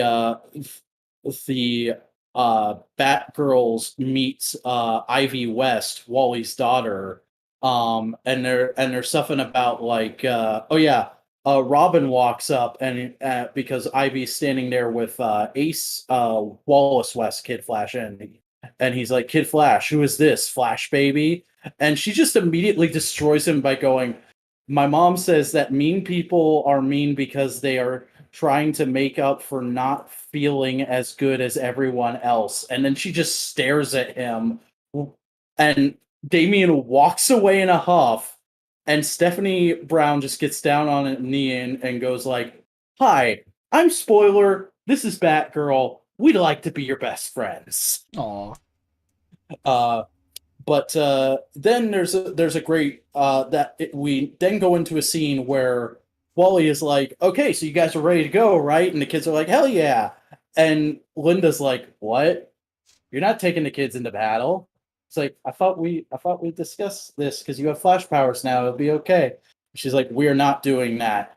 But also I'm gonna go get a costume because I am definitely going with you. And then like he fucking tells them, "Hey, play this card. She'll have to take you." And so she comes back out, and this is Linda Park's Flash costume. It looks a It's a little like Jay Garrick. Yeah, it's ostensibly just a long sleeve T-shirt and mom jeans, but like that works for Linda. And it's especially great because Wally immediately goes slack jawed, and fucking Johnny Thunder is like, "Close your mouth, or you're gonna have flies nesting in there." Uh, but then they all head out, and we get a great montage of everybody dealing with the villains and stuff like that. And there's especially a great scene where we cut over to Animal Man fighting Monsieur Mala and a couple of random gorillas. And I didn't realize this. Buddy's daughter is a superhero now. Oh, I that's don't neat. know when that happened, but she is now Animal Girl. And apparently her and Ivy are like best friends. And there's like a long scene of like, "Oh, buddy, we haven't seen each other in forever. We should set up like a barbecue or something. We gotta hang out." Yeah, yeah, yeah. And like in the background, the little girls are discussing like, "So what's Ivy's Flash code name gonna be?"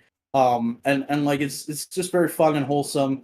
And then we cut over to Linda and Jay. But it's not spelled like Jay Garrick. It's like Jai. Um, uh, Jay West meeting up with Hawkman, Wildcat, and Power Girl, who are fighting a horde of zombies. Just a random horde of zombies that is part of this villain army. And Jay does like a cool Speed Force thing real quick to take out a bunch of them. And Power Girl is like, "Oh, that's a neat trick. You want to see another one?" And he's like, "Yeah." And she does the Hulk thunderclap thing and takes out all the zombies. And he's like, "That is amazing." And she's like, "Yeah, you probably do that with your Speed Force powers too. You just have to figure out how to hit your hands just right." And he immediately gets it down and starts running around and doing it to as many zombies as he can. And Hawkman just looks at Power Girl and goes, "You've created a monster." It's wonderful. But then Wally and Ivy catch up to them, and the two of them and Linda go to check out a bunker where it looked like all the zombies had come from. And in there, they run into Clarion the Witch Boy, who has Our Man, Jay Garrick, Jade, and Cyclone all under his spell. And Wally's immediately like, "Oh, fuck. You two do not have the training to deal with this guy. We need to get the fuck out of here." And Clarion's like, You're going nowhere." Um, and then immediately, he tries to cast a spell, and Wally super speed counters him in a way that like destroyed the symbols he was using to control everybody and reverses them to contain Clarion. And he's like, "I just wanted you to think we were scared. I had it." Um The town and taught me how to fucking that deal with magic forever ago. mhm. And that is pretty much where the issue wraps up. They run out of the bunker, and they run off towards the next adventure with the Flash family now being like a fully united unit. And it's just really cool and fun that they let that happen. Like the thing people have been begging for since like the mid 2000s. Like, yes, Jeff Johns, Barry is cool, but like an entire generation of people grew up and fell in love with Wally and his family. We want more Wally and his family. They're just finally doing that. They're just finally letting that be a thing after all the bullshit of like trying to obfuscate Wally out of continuity and almost fucking him over 5 different times. We finally have a good, wholesome Flash family book. And I was so happy to read that this week. And honestly, I think it's my book of the week. Hell yeah. Anything else you want to say before we move on? Uh, Art's nice. Nothing to write home about, but it's good. It's solid. It does its job. Nice. It'd help if this would go to the next thing. We both read Batman the Knight, issue 9. This was really good. AKA the final arc begins. Bruce and his buddy go to the League of Assassins, and also they heavily hint that his buddy is gonna be Ghostmaker. And basically, Ra's al Ghul basically goes like, "Hey, yo, Bruce, you're thinking too small. You have all the capabilities. I want you in this, buddy.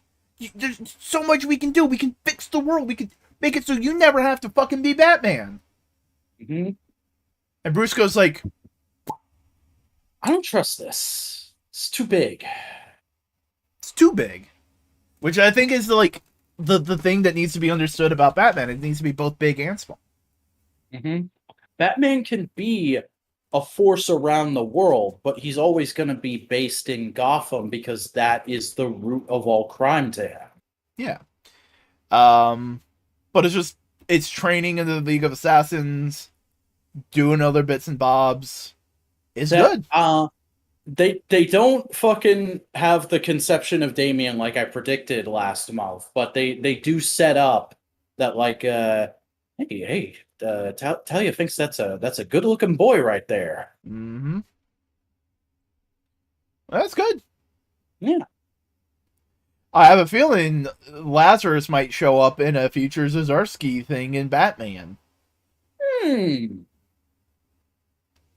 Because that's the minor retcon with the League of Assassins. It's not the League of Assassins isn't the main thing Ra's al Ghul is doing. That's like a side thing. That's his bodyguards.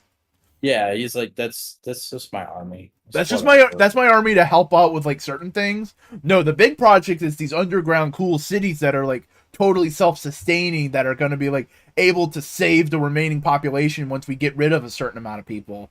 It's like, but that's murder. Yeah, but the rest of them will live. That's just eco-terrorism with extra steps. But I'm right. No, you're not. But then Ghostmaker goes like, maybe that's the point. Which is the fun thing. Yeah. It's good. It's a good like addition to the Batman origin story. Also, I'm glad I don't have to keep remembering that guy's name anymore. I could just start calling him Ghostmaker. The dude. That fella. Hey, fella. Anything else you want to say about The Knight? I liked it. Good. You read Nightwing. Yes. Last week we got the big, grand, epic finale of everything Tom Taylor had been doing on Superman Son of Kal-El up until that point. And this week, we get the big, grand, epic finale of everything Tom Taylor has been doing up on Nightwing up until this point. But the story will continue. Tom Taylor is not leaving the book. It's just like, this is a big crescendo we've been building towards for a while. Which is, if you remember at the end of the last issue, Nightwing is fighting Blockbuster in a burning building, and Blockbuster punches him so hard his domino mask comes off, and he's like, "Oh, God damn it, you were Dick Grayson the whole time. I really should have known that. Okay, I'm gonna ruin your life now." And we pick up right after that happens with Dick just standing back up, putting his domino mask back on, and being like, "No, fuck that. We're not doing that shit. I am going to beat the crap out of you, and then you're going to prison." And he proceeds to do that. And just as he finished, and like there's a moment where Blockbuster is trying to gain the upper hand again, and he's like, "Well, it doesn't matter if you beat me, your fucking haven is still gonna be burnt to a crisp and nobody's gonna care anymore." And then Batgirl, Barbara Gordon comes and it's like, "Hey, I'm finally here," and looks like the entire city is too. And we just see like there's a fucking fire bucket line. Yeah. So it'll be fine. And that gives Nightwing his second wind and the power to finally beat Blockbuster by smacking him across the face with a copy of Moby Dick. He finally beat his white whale. Yeah. And while that's happening, there's also a great moment where Electrocutioner and the other Z-list supervillain and all the mooks show up to try and back Blockbuster up, and then Babs and Batwoman like jump in front of the doors, and Babs goes, "Hey, I know what you guys are thinking, but you're probably going to change your minds on helping this guy after I show you this." And she pulls out a tablet, and we cut away. We don't know what she's showing them, but final Nightwing kicks Blockbuster so hard that he goes flying out the window and onto the floor. And he tries to pick himself back up, and he runs to his limo, and he's like, "Electrocutioner, we have to get the fuck out of here." And Electrocutioner is just like, "No, I'm not doing that. I'm not helping you anymore." It's like, "Why?" "Because you didn't tell us that you own," and I forget the name they say. "Oh, you own Bloodhaven Private Prison. I have a friend that died in that hellhole." And then the other villain is like, "Yeah, and I spent I lost 5 years of my life suffering in there. No, we're not going to help you anymore. And when word of this gets out, nobody but the craziest of the crazies is going to help you anymore. It's over, Blockbuster. Fuck you." And they drive away. Yeah. Which, by the way, I understand the spamming keyboard censoring of swear words, but it's like Matt Fraction Hawkeye levels of brilliant here, where Tom Taylor uses the Comics Code Authority seal, but it's approved by the authority of DC Comics to fucking censor stuff out. Yeah. Like, I would much prefer if just every company did shit like that. But then we get a moment where Babs finally gets up the stairs to where Dick is, and she's like, "Hey, are you okay?" And he goes, "Not really. My secret identity is going to get out there after this, and nobody I care about is going to be safe. I'm sorry, Babs, but I guess we can't be together like we wanted to." And she just laughs. And he's like, "What? Fuck that.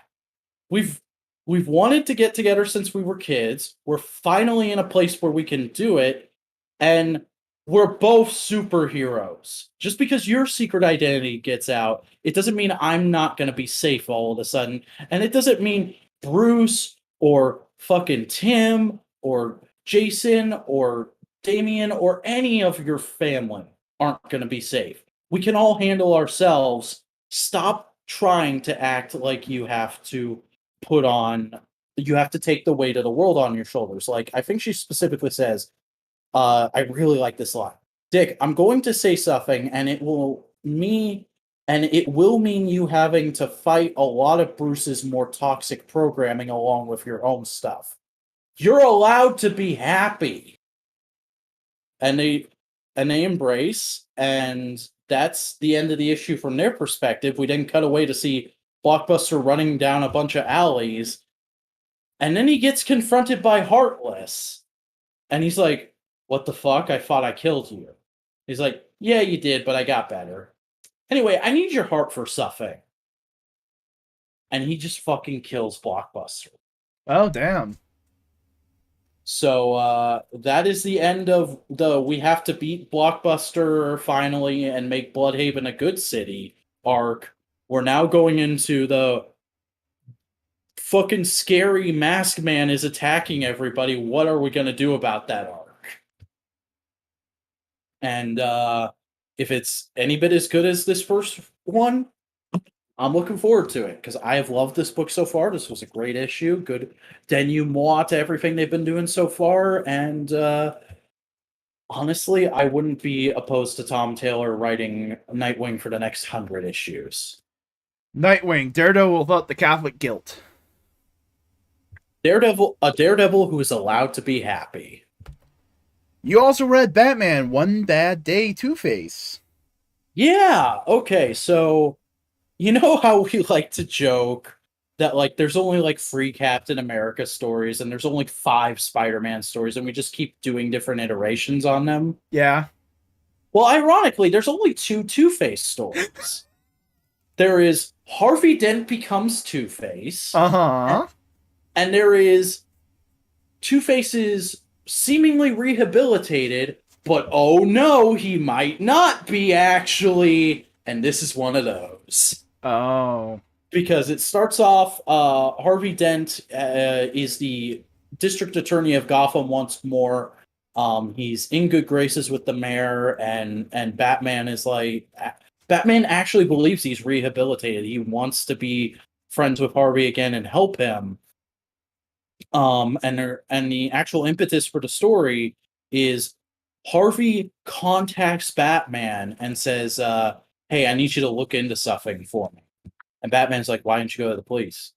You both know we can't fucking trust the police with shit like this. And he hands him a fucking serial killer letter he got, which is basically saying Harvey's father's 88th birthday party is going to be a massacre. And it's coming up, and it's supposed to be a big event because it's also going to be Harvey's father, who is actually Harvey Dent Sr. He's going to be retiring on his 88th birthday party. Like, this is a man, and like, this is a man who Harvey has looked up to and has kind of modeled his life after, because he started working on the factory floor and he made it all the way up to being a board member. And it's like fucking classic self-made man. And that's kind of what drove Harvey to be the kind of guy he is, working in politics and criminal justice and whatnot. Um, and so Bruce goes and looks into it, and he's basically just like, yeah, this is really hard because there's basically nobody in Gotham who wouldn't have a reason to have it out for Harvey. Like, even me, ostensibly. Uh and then Stephanie shows up and talks to him for a little bit, and she's like, "So you don't actually trust him, right? Because, like, we all know they don't get better. We want them to, but they never actually get better." And Bruce very quickly is like, "You're projecting your issues with your dad onto Harvey. Don't do that. That's very immature of you, Stephanie." And she's like, "Fucking not." And and he's like, "Well, it's okay. I could actually use a hand for the mission. So why don't you call Cassandra? Because you two are going to be going to a big fancy party for me." Uh, and As they're kind of gearing up for that, we're also cutting back and forth between Harvey kind of meeting up with his dad and being like, "Hey, maybe you should postpone the party or stuff until we can get like better security or something like that." And we see that Harvey has a very tense relationship with his father, actually, that it's not like you were an embarrassment and you've only just now started being worthwhile again, kind of a thing. But you can tell there's like a little bit of that behind what the dad is saying to him. Um, and we then go to the party sequence, and it's very much like a classic kind of casing out a big fancy party and waiting for something bad to happen. And then it does happen, and we find out the big twist is the person that sent the letter to Harvey, threatening and saying that the party was going to be a massacre, was Two-Face. Oh. Harvey's not actually better, and Two-Face just went dormant for a little while, and Two-Face actually really fucking hates his dad because of all the pressure his dad unintentionally put on Harvey as a child to be a huge success like he was.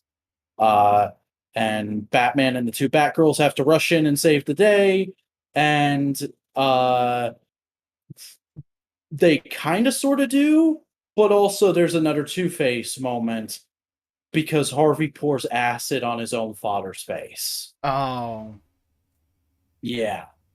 And not just that, but his father is so horrified at this happening to him that he immediately grabs a gun and commits suicide. And it ends in a really melancholy way of just like Bruce and Stephanie going to Harvey's dad's funeral and just being like, and Stephanie being like, "See, I fucking told you," and him being like, "Just because it didn't happen this time doesn't mean it can't happen again. Otherwise, everything we do is pointless." And you cut to Two-Face in Arkham. Batman, my enemy and friend. Will we meet again? Because there's been subtle hints all throughout this book that Two-Face might have actually figured out a long time ago that Batman is Bruce Wayne.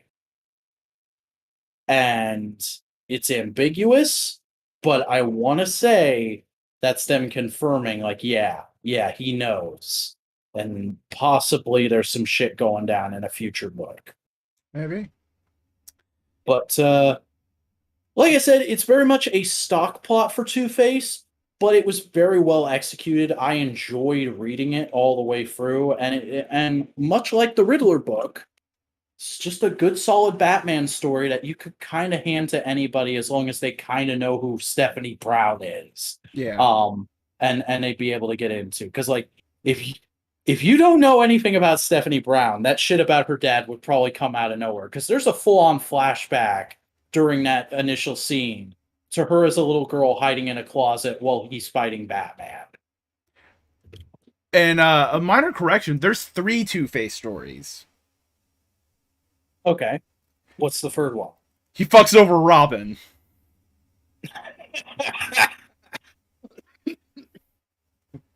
That's true, there is that one.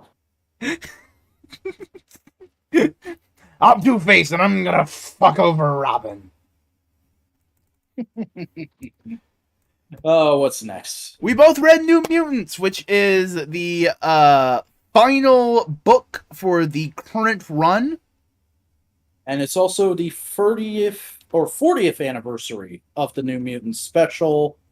And right away, I have to say it. Mm-hmm. Fucking false advertising. Ileana is barely in this book. Why did you fucking put her front and center in the cover? Because this is about the New Mutants. She's one of the more popular New Mutants. Mm-hmm. I mean, Cosmer is on the fucking cover and she's not in the book. True. But basically this whole issue is just like, hey, aren't the New Mutants fun characters? Here's them having a fun day, relaxing and reminiscing about the past. And through that, you get a couple fun short story period pieces, all of which I enjoyed. I wouldn't say I was like super highly invested in any of this stuff, because I've only just recently gotten into New Mutants, Mm-hmm. but like it was all good enough to make me go like, I do like the New Mutants. There's some cute go back things. and check out the older stuff. There's some cute things, you know. Mm-hmm. And the fucking backup of with Deadpool and Gabby was great. Yeah. And it's also shown that they're gonna be doing a new Deadpool solo book. Yeah. Which is gonna be fun. I can't remember what the setup is for it. It's like Deadpool doing a specific thing. Magic gets mad at Deadpool for him training the youngsters the wrong way, and she throws him the fuck out of Krakoa, and he's like, all right, I have other things to do anyway, and he pulls out a little letter from something called the Alteller. It's Atelier. Altair? Yeah. And it's just a very brief letter basically inviting him to come I guess run security for a thing? Yeah. Yeah, so we'll see how that goes. Real quick, the cutest story is Wolfsbane and Warlock's bit where they think Cypher's birthday's coming up and they go like, oh man, we need to get him a gift. Let's follow him and see what he's interested in and doing all that kind of stuff. And then it's revealed, no, we're doing an anniversary party for the New Mutants. And Wolfsbane and Warlock just go like, but we have presents. And they exchange gifts, and it's just like that's a fun, goofy tradition that friends would have. Yeah. Though I did also like minor thing about this issue, I really dug getting to see young Kitty Pryde again. Like I don't need that in current books all the time. I love Captain Kate Pryde, and I wish her book was a little better right now, or a little more enjoyable for me right now, I should say. But getting to see young Kate again was just like, Oh yeah, that's right. This character used to be really young and fun in a different way. But overall, fun little send-off for the creative team. Can't wait to see what happens next because they're not canceling New Mutants. No, they're just relaunching it. Yeah. And yeah. I do like how in one version of the flashbacks, the way they showed Warlock's unique way of speaking with pictographs. I thought that was cool. Yeah, that was smart. It was actually, I found it more tolerable than when they try to do it in text sometimes, because like I've read a Spider-Man annual that involves the New Mutants, and it's like right after Warlock debuted, so he's like front and center for the whole issue. And early on, he was almost unbearable how like obtuse they were making his dialogue. His dialogue is written like a programming language, and like once you recognize what things are, you like you decipher it, like self-friend, all those kind of things. Yeah. I read Judgment Day, issue 5. Did you feel judged? Well, the whole world is getting judged, burning to a crisp, and basically everyone goes like, fuck! Oh no. Everything's shit. Oh god. Captain America is sitting in the middle of a disaster area, and the human woman we've been following, who was like protesting mutant resurrection, basically comes in to like hand Cap a coffee and go like, hey, without saying like I kind of instigated parts of this by being part of the angry mob. I kind of recognize how idiotic I was. Thank you for trying to be an inspiration, Cap.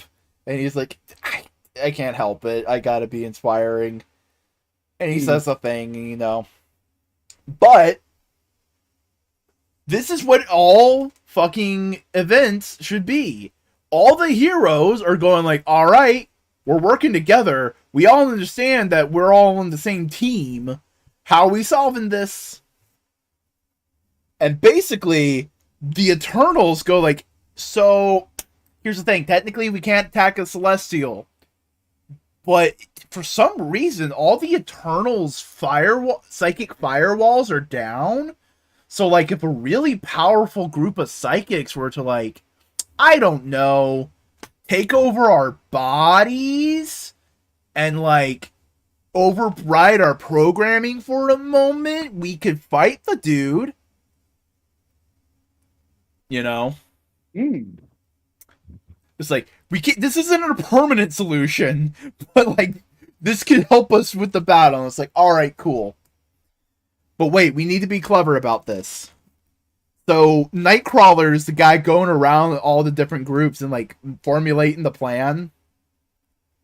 It's fucking great. Nightcrawler MVP of the book. Nice. And he goes like, alright, cool. I'm gonna go talk to Egg and make more eggs. So, like, a group of heroes goes and tries to sack the Celestial, and Celestial goes like, I know why they're fighting me, and I don't blame them. But fuck them. It's very much like that. It's like, they're mortal, they want to live. I don't think they should. Poor them. Oh yeah, no, it's very much like, like, literally there's a line, he goes like, I am a god, and therefore I think I should kill them creatively. But sometimes I just can't do it because they're coming too fast. Like, he makes the entirety of Thor's body unworthy, like he rots away. Damn. Any Marvel character, Captain Marvel, Miss Marvel, immediately get like super cancer. Oof. Because of the original Captain Marvel. Yeah, I don't know if I'm even comfortable with that. Damn. Yeah, it's fucked. It's fucked. All the while in New York, Nightcrawler and a group of and the people and the 5 who resurrect people are sitting in a house going like, all right, we know who we need to resurrect. And then in the other room, they're resurrecting people because now they have the information. They know who they fucking need, right? Yeah. Okay. And so they like, okay, we're going to infiltrate. We're going to sneak in there. It's Wolverine and a couple other people. And that plan doesn't quite work out all the way that they want it to. And they go like, and they go like, all right, cool. We need to resurrect people. And all the while, Exodus is going like, this is against our rules, Nightcrawler. You can't be doing this. This is wrong. And Nightcrawler goes like, it's not against our laws. It's against our customs. And customs are just habits that have gotten too big for their own boots. We need to be able to grow. We need to be able to change. We need to be able to be better than we were the day before. And Cyclops, yes, is great. Who writes this book again? Kieran Gillen. What are the odds that Kieran Gillen has seen The Crown? Because that's dead ass pull like a literal line of dialogue from the first season of The Crown. Damn. It basically says like Cyclops is great, but we need someone who's a leader for all mankind and not just mutants.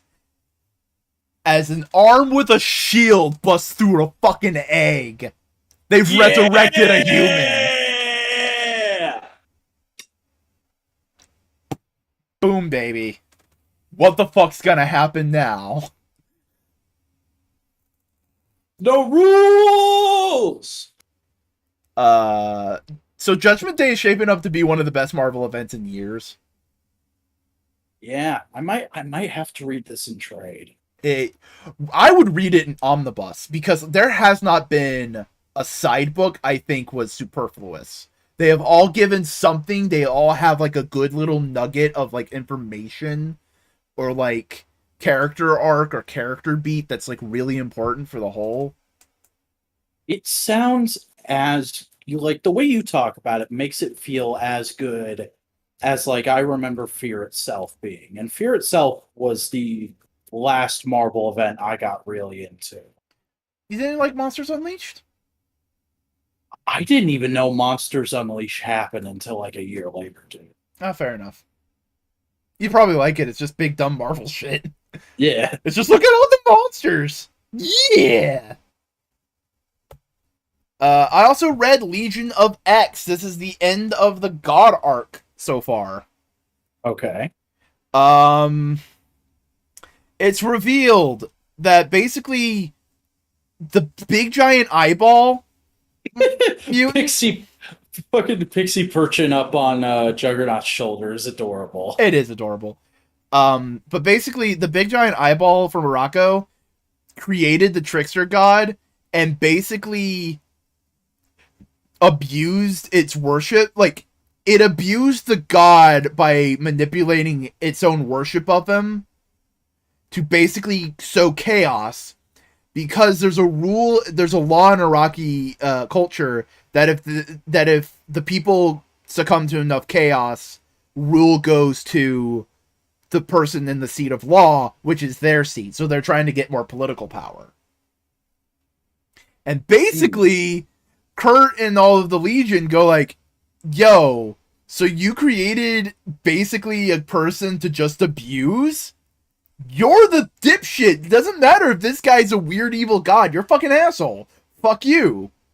He didn't ask for any of this. And the trickster god's like, yeah, no, I didn't ask for any of this. I didn't, why? All that kind of stuff. So they're fighting, they're like having an argument with the eyeball person and just going like, you're a fucking asshole. And they're going like, so what if I'm a fucking asshole? Fuck you. You don't know jack and shit about Morocco. And they're just like, fucking asshole, whatever. Okay.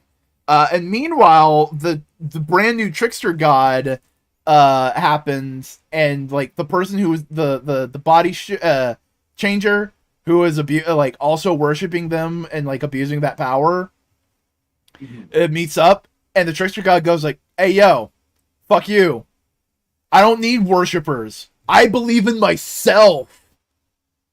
And like, I remove your power, bitch. And guys are like, what? What? No, no. That's not how this is supposed to work. And then Juggernaut rips open the fucking thing where they're at and goes like, hey, bud, you're fucked. Nice. And basically, the way they solve the whole eyeball problem is the eyeball person basically reveals that they knew the name of the god, and Kurt goes, basically, that's the whole, I never said the name of the god. God damn it, you fucking got me. Fuck you. Alright.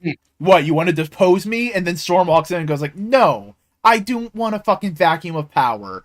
We're basically going to take away all your fucking toys, and you're basically gonna beg on your knees to basically let you stay. And it's like, fuck off. You know, all that kind of shit. Yeah.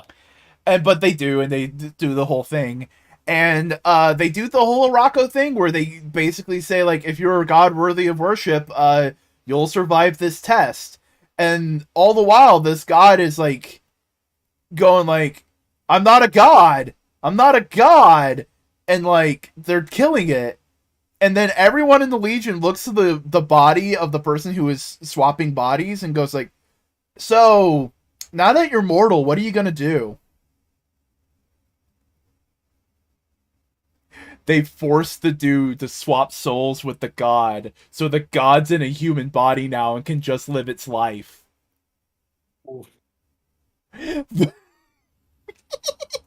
Here's the thing. Kurt had no idea. They did it behind Kurt's back. Oh, no. And the woman that he's been, like, the love interest Kurt's been having in the book, basically wrote a letter to Kurt saying, like, hey, I did this because I know it's the right thing, but you would feel really, really bad about doing it. So I'm sorry, but hey, I'm free of this obligation that I've had to have for my whole life. And essentially, I know I've betrayed a part of your trust. I'm going to go on a journey of self-discovery, and I hope one day that we can meet back together and be what we want to be. Basically saying, like, I'm not in a place where I can be with you right now, but I want to be in the future. Which is also just like a really... And Kurt's like, reading it, it's like, oh, God, I understand, but like, the pussy, though. He's not like that, but like, but it's a good book. It's a fun little wrap up. Legion gets to do some dope shit, but he doesn't also overpower and overwhelm everyone else in the book. It's good. Yeah. We both read World's Finest, Meet the Boy of Thunder. God, I'm happy that this book is staying in the Silver Age and doing Silver Agey stuff. Yeah. It's just a fun book. It is, and it's doing really, like, goofy Silver Agey stuff, but it's playing into sort of more modern understanding of the characters and applying that kind of pathos to it. Mm-hmm. So like the entire plot of this issue, and like just watching Clark watch this other kid go through ostensibly more so what Kara went through than what he went through, but this kid's taking it really hard. Yep. Because he went through parallel dimensions, not from an alien world. Uh-huh. So, like, everything's slightly familiar for the kid. And he's like, oh, Gotham City! My parents!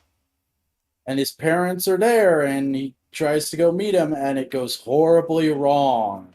Because he fucking died as, like, a little baby boy. And he has Superman-like powers. Mm-hmm. But it's good. And, like, I love that it's not Clark who goes like, all right, I'm going to take this kid under my wing. It's almost played like a joke because, like, there's just that scene after running into the parents and Robin is comforting the kid and Bruce and Clark are kind of standing off to the side discussing what's going to happen, and Bruce just goes, "Congratulations, Clark. I guess you just became a father."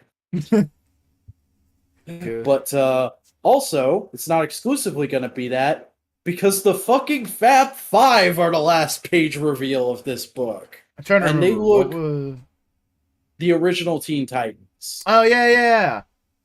Wonder Girl, Speedy, Kid Flash, and Aqualad, as well as Robin. It's just kind of like, hey, you're a teenage superhero. Let's help you adjust. Mm-hmm. And I love that they kept it so incredibly period accurate that Robin even flies the goofy old Batcopter from those comics. It's good shit. Mark Waid and Dan Mora just fucking firing on all cylinders with this book. Yeah. Good book. We both read Iron Cat. This issue was all right. I feel like it was being a little more dramatic than maybe I'm wanting from this book, and like expecting me to buy into that a little more than I did. Yeah. But it is still good, and it's building well towards its finale. Yeah, it's a fun little book. It's a side story for Iron Man and Black Cat. Mm-hmm. With gorgeous art. Yeah. Beep, beep, beep, boop. That's the book. That's the last book we both read. That's about last book. Hooray! Kind of ended on a little bit of a wet fart, but like, what you gonna do? Mm-hmm.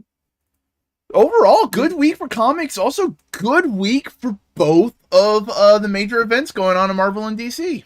Yeah, some good things happening, and like generally positive vibes. Oh God, I can't wait to see what stupid shit people complain about in the next issue of Crisis on Infinite Earths, or Dark Crisis, because I think that's next week. But for now, we're good. We're good. Everything's fine. We're good here. How are you? Good episode of She-Hulk. Solid week for comics. I finally got the Spider-Man I've been pining after since like February, March. Overall, solid fucking comics weeks. Good news too. Not overwhelmed with news, but solid news nonetheless. Yeah. I just realized I am very tempted to get a Salmon Twitch just for Twitch because I'm on Twitch. But overall, hey, this is No Price Podcast, a podcast on Modular Media. We also have other podcasts, including Components, which is it's a jack of all trades podcast. Sometimes it's an interview with a guest. Sometimes it's just us bitching and moaning. Sometimes it's us having a weird concept. Sometimes it's us talking about a bunch of news that just happened that we have nowhere else to talk about. You know, it's a jack of all trades kind of podcast. You can follow it here on this YouTube channel. Just subscribe, like this video, by the way, comment on this video, do all the things. But hey, there's also another podcast on this platform called Twit. You want to tell the people about that? This Week in Toku is where myself and Buster Corp discuss all the latest news and releases from the wide world of Japanese special effects every week. Pretty exciting week coming up. The second week in a row, I'd say, great episode of all the shows we're discussing. Ultraman Decker, Avatar, Sentai Dawn Brothers, and of course Kamen Rider Geats have been firing on all cylinders the last 2 weeks. So I'm very much looking forward to recording with Buster tomorrow night. Hell yeah. And would you like to tell the people where they can find you?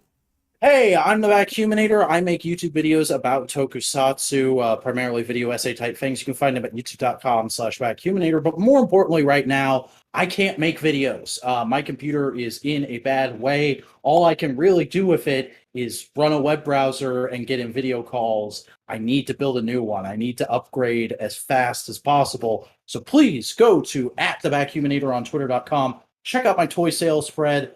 Pick something up. It closes on the 30th and like the evening of the 30th, I would say, because I'm going to be mailing everything out on October 1st, and whatever doesn't get sold, it's just going to get sold to the local vintage toy shop. So go check the Fred. If there's anything you want and you maybe don't get paid until the 30th, go ahead and DM me and say, hey, I'm interested in this, but I can't pay you until then. I will hold it for you, but you have to let me know because it's first come, first serve. Get a little reserve list going, buddy.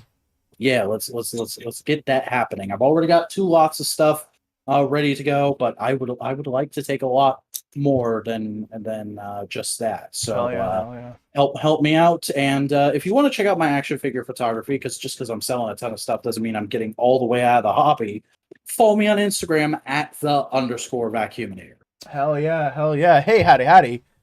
I go by Boingo Writer a ton on the internet. Hey, would you like to see some Twitch streams? Twitch.tv/Boingo Writer. It's a variety of things. It's fun for the whole family. Back is my Twitch streams fun. They're fun. I don't know if they're for the whole family. I do say fuck a lot. You do have, like, one of your most popular clips is you just saying getting horny over and over again. Yeah, it is. But also, I am on YouTube. I do a variety of content on YouTube, including but not limited to Gateway to Geats, a weekly review, look at, and analysis of Kamen Rider Geats as it's happening, episode by episode. I cannot attest to the quality of the show. Vac, is the show good? Good ass show. It took a minute to get going proper, in my opinion, but I have really enjoyed the last 2 episodes, and the first 2 weren't half bad either. I was talking about my YouTube show, but all right. I also do a variety of video essays and video editorials on my YouTube channel, and you can find all that by searching for Boingo Writer on YouTube. You'll find me. Hey! You want to know why Gateway to Geats is worth your time? It's one of the only YouTube shows I still make sure to watch as soon as I see it's been uploaded. Oh, all right. Because it's my friend, and I want to know what he thinks of the show. And inevitably, when I ask, "Hey, Boingo, have you seen episode 4 yet?" No, not yet. I have a lot of things I would like to discuss with him, but I'm not going to be able to. And I'm not going to see him again until after Gateway to Geats has come out. And he has good insights. Boingo is a smart boy. Go watch his show. I am on the ground level of the pants theory. Mm-hmm. I swear to God, if I'm proven right that the only reason Geats is so powerful is he uses pants, I hope he pissed. I mean, another character used pants this week, and they had a pretty badass fight scene because of it. Mm-hmm. Also, though, don't forget, Armada Optimus Prime was the first one to have the first character in history I can think of to have superpowered pants. Yep. But also, would you like to see me on a variety of social media platforms and Boingo_Writer on Twitch, Twitter, TikTok, and Instagram? Hey, this is Modular Media. Give us a follow, give us a subscribe, like, comment, follow the Twitter, the Modular Media. And until next time, Vac, do you have anything else to say? Folks, am I actually going to read Renew Your Vows now? Is that actually going to happen? I don't know. I've got a lot of G.I. Joe left to read, and I kind of don't want to stop, but, like, 2-pack's got me feeling some kind of way. Enough said.